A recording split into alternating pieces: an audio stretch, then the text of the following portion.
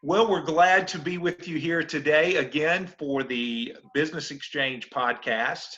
And this is a special taping of the podcast. We are really privileged to have with us today a special guest. He is going to share his story with us, and we're thankful that he would take the time to do that. David is currently a franchisee of Big Frog. Am I getting all this right so far, Big David? Frog custom t-shirts, yes. Big Frog custom t-shirts.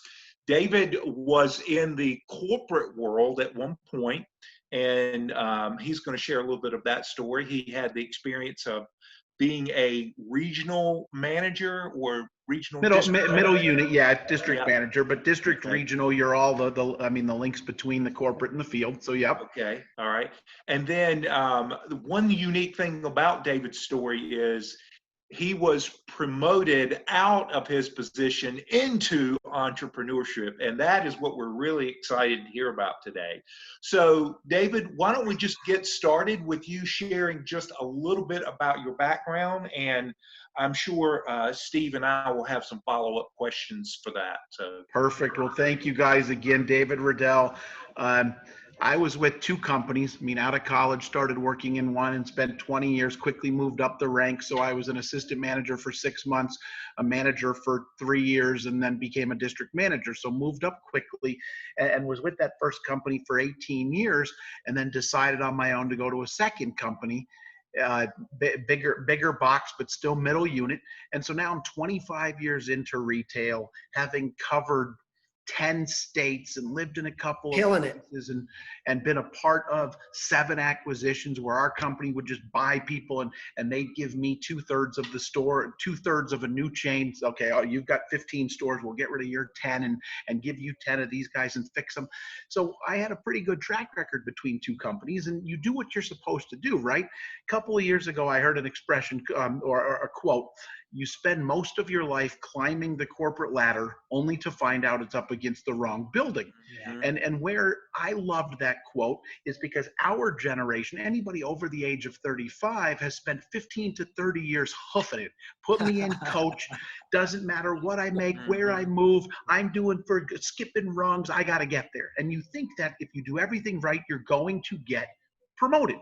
And it's not opportunity you're making things happen for. It's actually fear, because you're trying to stay there longer, almost like an athlete. I'm playing through the pain because I need one more year. What can happen is a company can get bought out and new people come in and you're gone. A company can go away, which is unfortunately what's happening, either one of those two, or suffer issues like the COVID world. COVID is a whole different thing. But in any business, buy, sell, fold, and there are casualties. And yes, if you get, you might get let go because of something you do. It might be because you had a boss for so long and a new one comes in. It might be company philosophies. Whatever happens. Yeah, there's 1,000 different reasons. Right. One day, you're no longer there. And the reason I said promoted to entrepreneur is 25 years, good salary, car, company guy, and then here's the box, and the next morning you don't have anything to get up to. And how am I going to pay? Peace out. Thank you for nothing. You are gone. Maybe you have some severance. David, one of my favorite quotes is, the one that says, we don't know how we're going to get by without you, but we're going to start trying in the morning. Yeah, and but that's a painful experience for people who go through that. And so obviously, you didn't get promoted, you didn't get terminated or fired or let go, and then the next day, you're back up on your feet, and unpack that a little bit for the people who will be listening, because if people have ever tasted that and had that blood in their mouth, man, that's a heart-wrenching time of life.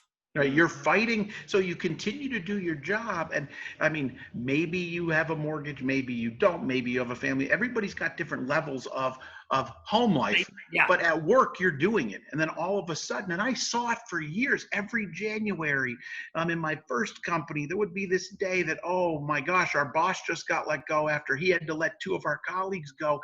And it was just a realignment that a year and a half later, though, it'll find its way back. But you are there going, what do I do? I only know how to work, and I had to get paid. And how do I live? And there's a ton of tears. I mean, you're 40 something years old, crying like an absolute baby. Like I mean, you're lost. Yeah. You are lost. You are scared. You are mad. Name an emotion. You are it. And even if it was a termination by your fault, you're still going to. I mean, emotions don't matter. What do I do? Where do I go? Even if it's just the cat that depends on me. In my case, it was wife and kids, and you go, oh my gosh. And then the older you get, then you start looking, right? Because I only know retail, I only know middle management. So I mean, going back to school, I don't know, where am I going? What am I doing? And you start looking for a job, and the same thing. Did you just start getting on Indeed or start pumping out resumes? I mean, what did you do? But then you realize that I'm not 60. I didn't get business dementia. I didn't forget it. I've got a 30-year history of how to make decisions. But oh, you made this, and you spent time with this. There comes a time when you're not going to find anything. You can't. I mean, you can't do it. And so I happen to be in an area that there weren't a lot of jobs in there. So then, do I want to move? Right? Yeah. I mean, do I want to, sell the house, take a loss on the house, whatever the situation with that, but then I got to move and I got to start again. And you don't know what to do. So yes, a ton of resumes, a ton of LinkedIn, and find the connections and where do I want to go? And the kids are at the age of middle school and late elementary school or high school. And do I want to move them out of here? We just got here. It's ugly. Yeah. It's mentally draining. It can be financially draining too, because were you in that world?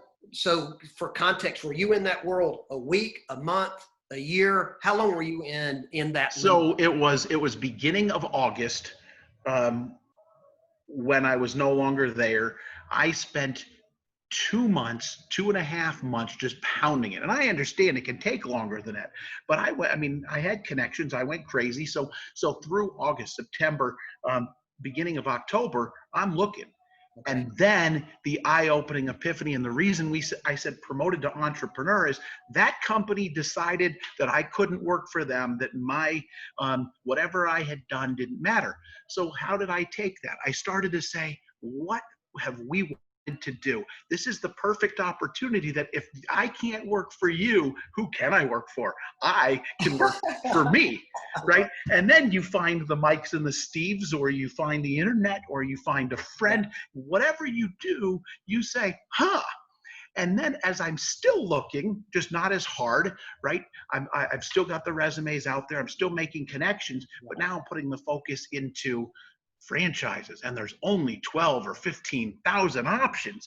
And so look, all these people need me. Now, the difference is they're not going to pay me a salary with the car. I get to pay them, which is a different risk. So I'm going to find a franchise, and I'm going to take all this 401k, IRA stuff, and I'm going to put it, and I'm going to pay them, but they have to hire me because I have the resources, but I get to be my own boss. So it's a different kind of scary then. And so then we signed by mid-December and opened in May. So it was August of oops, and it was May when we opened, and then the next step of being. So David, before we chase that down too much, the question that I have, and I know Mike has a couple, but at some point, you're weighing, if I go back to work, that has its own risk, right? Because the exact same thing could happen again. And right. So you go back to a company that you don't know, right? The one that I started and moved up, I knew everything about them. even though business morphs. And the other one that I had been with for a couple of years, for 5 or 6 years, same thing. So now you're going to take a gander and you're going to start not knowing if that's going to work. Sometimes it involves a move. And then do I want to do that risk? So yes, there's a whole lot of both ways. Which rabbit hole do I go down? Am I getting too old for this? Is the same thing going to happen? Right.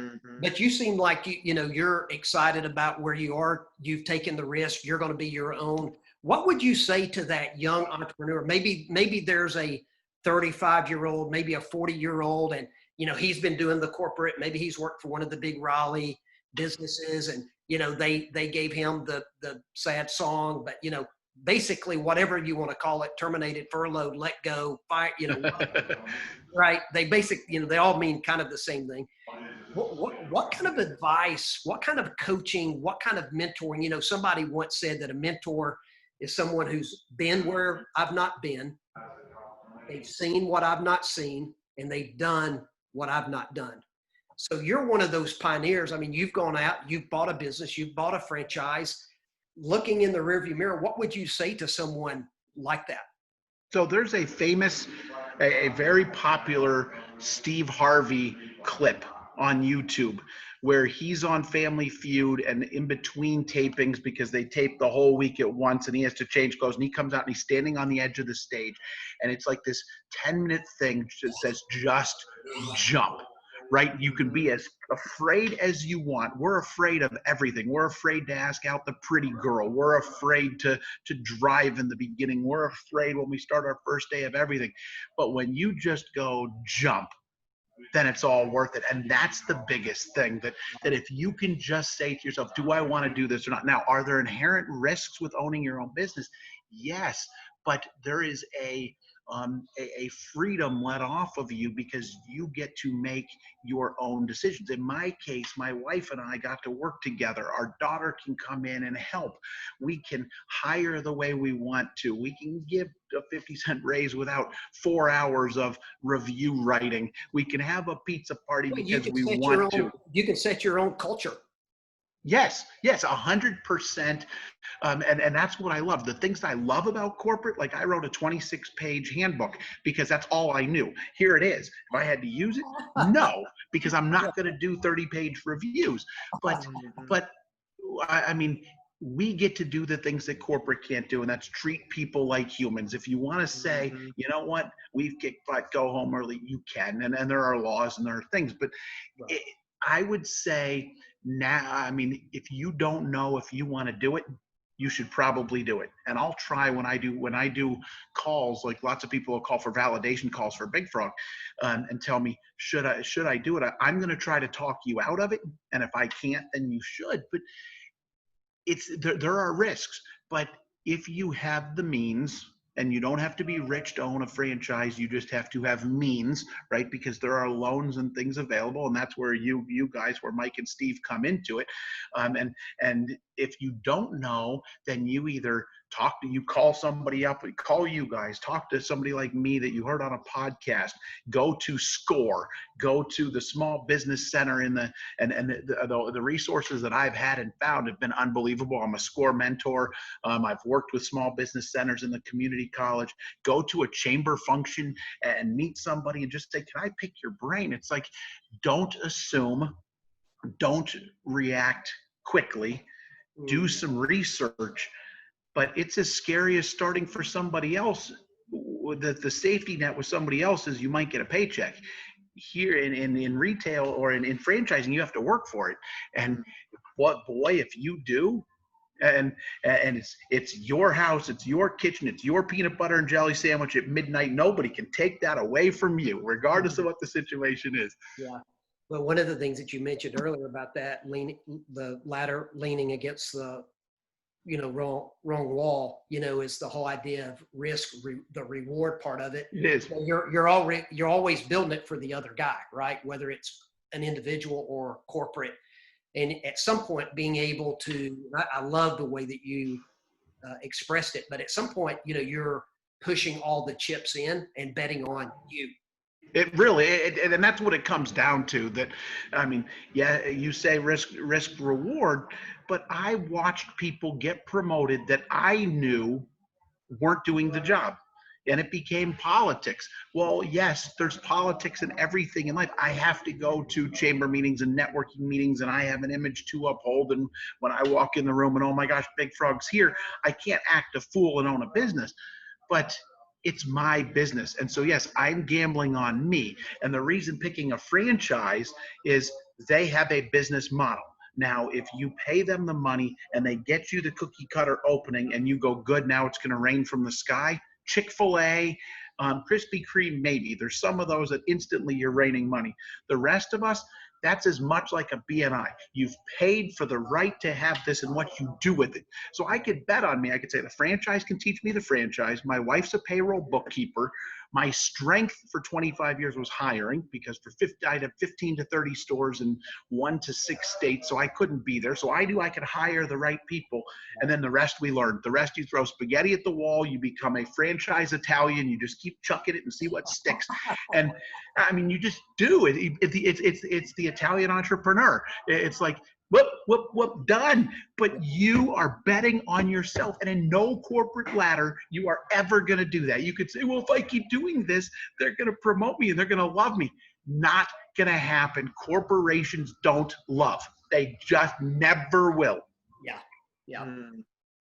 So, David, we're talking to David Riddell of Big Frog. And he's sharing with us his experience from having been promoted out of the corporate world into entrepreneurship. All of this is good, solid wisdom for those who are thinking about, what do they want to do with their life, especially in the wake of all of these COVID layoffs, furloughs, firings. There's been so much of that lately. David, why don't you share what were some things that you instantly realized when you decided to make the move into entrepreneurship? What were some of the lights that clicked on for you as, hey, these are transferable skills that I developed here that I can use here? Talk a little bit about that. Well, work ethic is never going away, and you need more of that. Patience, you don't really have in corporate, but that's a virtue you need because you have to think long term. So all of the characteristic traits of patience and personable and work ethic and matter, but in my case, people skills, multi-unit skills, because in owning a franchise or in any small business, the biggest term is work on it, not in it. Mm-hmm. And when I see big frogs that don't make it, it's because either they wanted to be a designer and a printer and thought that was groovy, so then they're in the store all the time, or they stunk at hiring. And my job is not to be on a boat.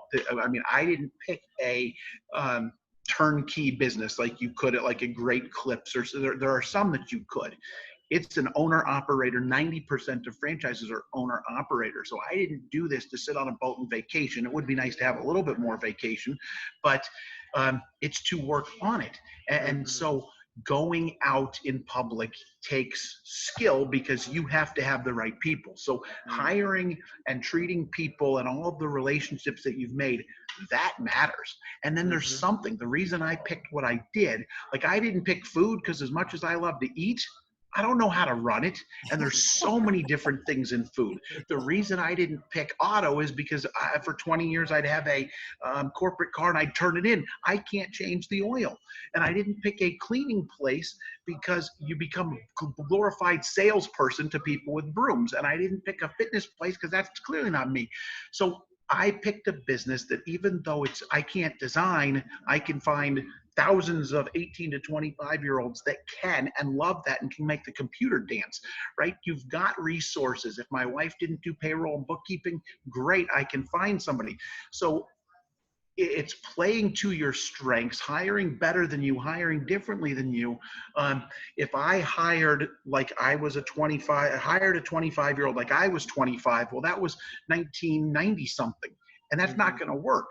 So looking at the world differently, but the biggest thing is just know what you're good at, find a business that fits what you're good at and where you can leverage the things you aren't good at. And if you don't admit you're not good at it, I don't care what you pick, corporate or not, it's a long road because you can't stop learning. I mean, we have our fetal position tear moments every single week, like, oh, blew that again.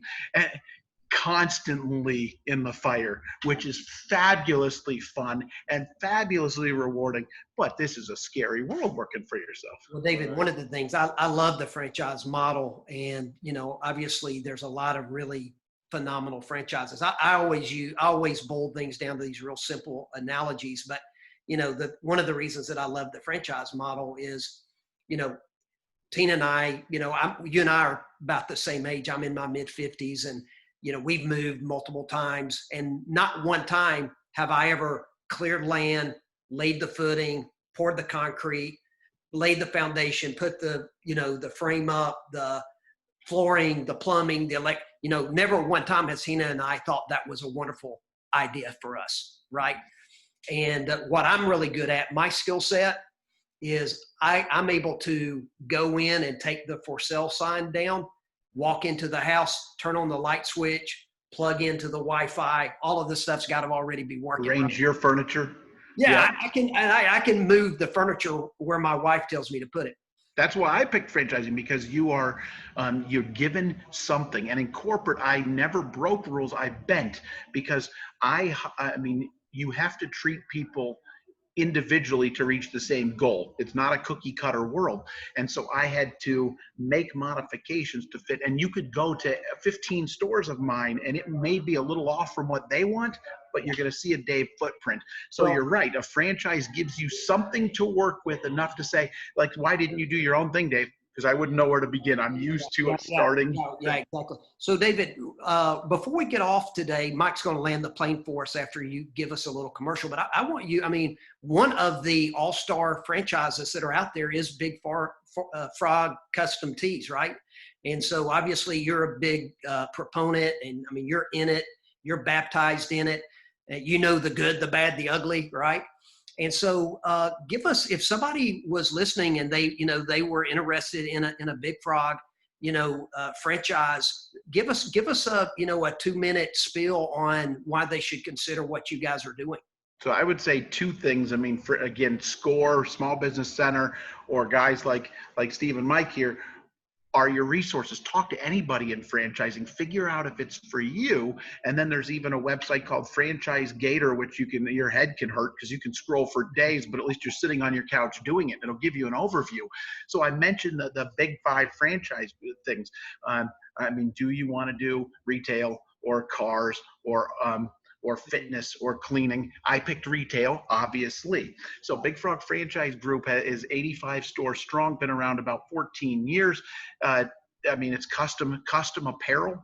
So you'd say, well, I don't know anything about printing, but the franchise does. I don't know anything about design, but others do. I know the retail model. And the two greatest things about Big Frog, that set it apart, is the service has to be magic. And between Walmart and Amazon, there's no service, right? Ordering off the internet. So you get to bring customer service back. And then you have to be a part of the community, whether it's being on a board of a nonprofit or going to chamber networking things or giving back to the school. And you get to make up those rules. I've decided I'm going to give this many shirts, right? You can't do that in corporate. And you see in Walmart, between the 2 restroom doors up near the register, this is what we've done for the community, and it's always checks. And as a small business owner, you can open the doors and say, I'm open. Nobody cares, right? Because there's lots of other competition, including the internet. So what separates you? And in a Big Frog, the defining factors are, you can do one shirt, whereas we all grew up having to do bulk. So we can do bulk in screen printing or embroidery, or we can do one at a time, full photo, custom detail, free design, and it's a retail brick and mortar space. So you get that sing and dance kind of service thing. The original founders are still in charge, the president and vice president. So you get the people that ran the first store, treat you like family. 85 stores deep, where we're all working with each other. I'm one of 4 owners on the advisory committee that voted on by our peers, and I'm on my second term, and so we get to fight for the greater good. I mean, every screen printer prints stuff. We, because of the business model, are the experts. So you come to us to figure out where to put your logo, whether it be for church or school or even personal. It's a birthday party, and how do I do it? What is the best decision for my brand, my style, my budget? We help you. We end up printing, but you get this cool business model with a great franchise that's one of the higher ranked franchises when you go to when you start looking at the reviews in terms of what we think and where it's going. And it's nice to, even though we're 12 or 14 years old, to be smaller and be a part of something rather than one of the big ones. And then it's not much to get in. I mean, under 200,000 in is better than many of them that want hundreds of thousands. Yeah, that's with upfit, franchise fees, everything. Right. You can open the door for under 200. Now, when you're getting paid is up to a lot of different factors, right? And if you think that because I signed, the money's going to start falling out of the sky, not so true. I do lots of calls, validation calls. Can I make my $120,000 back in the first year? I say, that's not what this is about. This is about a different kind of lifestyle until you get there. Well, can I be home every day at dinner? You could, but you're not going to be growing the business because you have to be the community guy. And sometimes lightning will strike, but for the most part, you are an owner, operator. You are absolutely loving it, passionately working your tail off. Yeah. So we've had the opportunity to talk about what it means to be promoted to entrepreneurship. And so if there are any listeners out there or viewers of the video, we're going to post the video on our YouTube channel, and you're just thinking to yourself, I'm kind of in that spot. I don't know what to do next. I had that safety net, that blanket that I thought was going to take care of me, and it's not there anymore.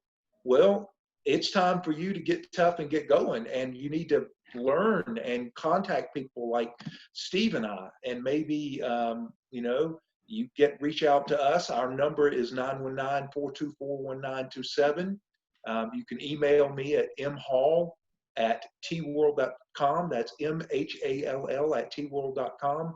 Our website is transworld.com/Raleigh, and just get in touch with us, and we're more than happy to share with you what we know about becoming an entrepreneur. We especially help people who are interested in buying an established business or a franchise. And we'd love to be able to give you some information and maybe point you in the right direction. But just know, this is not a brick wall. This is not a dead end.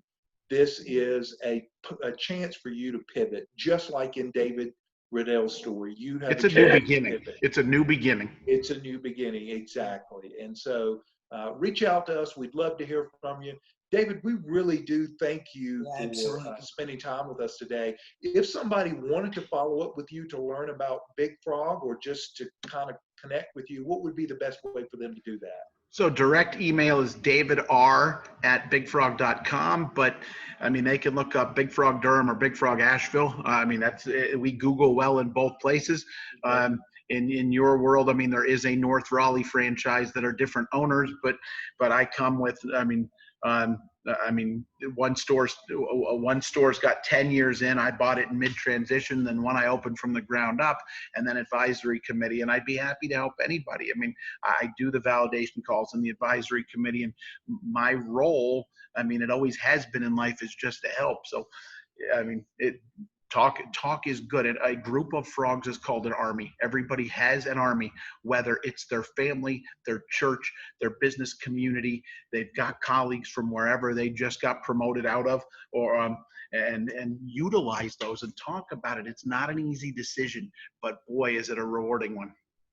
Thank you, David. Well, for Steve and I and the rest of the Business Exchange podcast team, we thank you for being here today, David. Listeners, we thank you for tuning in and spending time with us. And just remember, if you're out there and you need help, get in touch with us. If you're a business owner, never forget, keep those books clean and keep our number handy.